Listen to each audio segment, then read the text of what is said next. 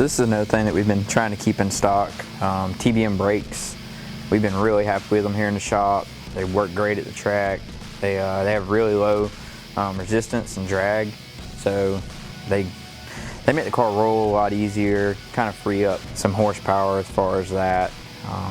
They stop great. They're lightweight. That's probably the biggest advantage that I've seen from them is they are just super lightweight.